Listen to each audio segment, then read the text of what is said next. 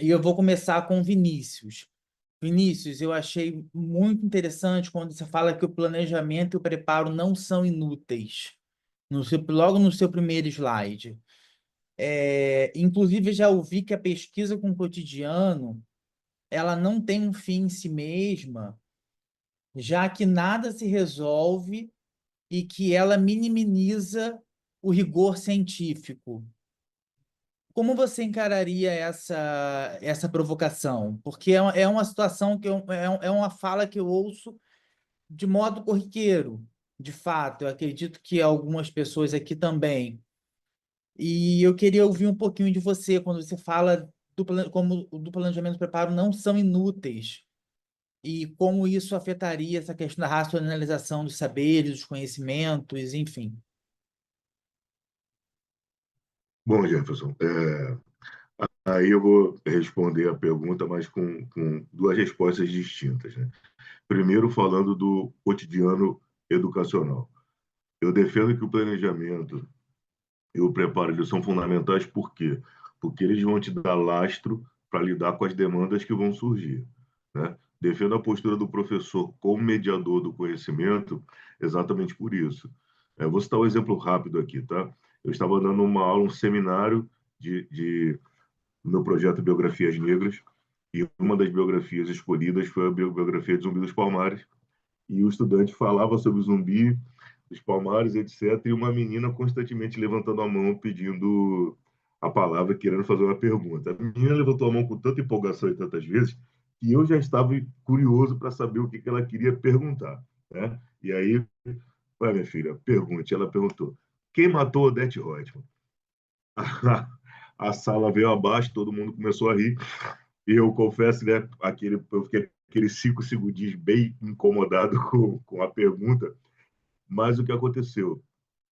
Fiz uma fala comparando o Zumbi dos Palmares ao Odete Roitman e falando sobre personagens que não morrem, né?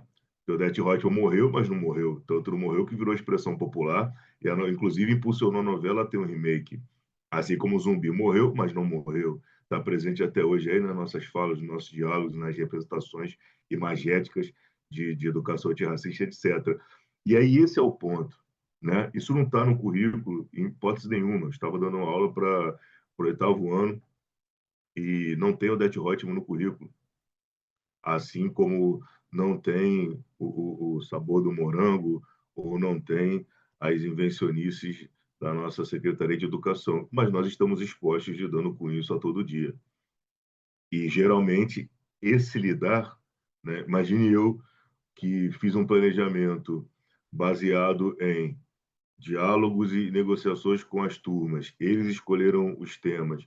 E aí eu poderia encarar a ideia de Odete Roitman como uma zombaria, um desrespeito ao meu trabalho, né? E etc, etc, e concluir que o meu planejamento daquele dia foi infrutífero por conta disso, quando na prática eu incorporei o Odete Roitman à fala e isso trouxe o estudante, a atenção dele novamente, e eu acho que isso é válido. Saindo dessa esfera, indo para a esfera acadêmica, né? Eu me recordo que eu passei por um teste de fogo logo na minha qualificação de mestrado. Convidei alguns professores que não eram da área de educação para a qualificação e as perguntas eram muito essas, assim, né? Mas como assim não tem controle? Como assim você fala dessa forma? E etc. Eu entendi e construí a seguinte relação. São dois aspectos. Primeiro aspecto, a importância do relato, ou seja, é importante que a gente tenha como hábito falar do nosso cotidiano, registrar isso de alguma forma, porque as informações depois se perdem, né? O nosso cotidiano ele é intensamente rico. E, para além disso, a construção de diálogo com os autores. E essa construção de diálogo com os autores parte também da valorização da sua experiência. Por exemplo, eu fiz uma fala recentemente num trabalho que eu apresentei na UERJ, falando sobre cotidiano, e comparei, por exemplo, Michel de Certeau com Sérgio Vaz, poeta, nessa relação de valorização das ações cotidianas, né? Da forma como nós estamos desempenhando esse papel. Então, essa relação de você construir o relato autobiográfico sem parecer que você está só contando histórias, jogando conversa fora, ela vai se construir, na minha percepção, dos diálogos que você propõe entre os seus relatos autobiográficos e os autores. Eu citei autores, a Silvia citou autores, então dá essa base. Não, não quer dizer que lá o seu relato, quando ele começou, ele era menos importante.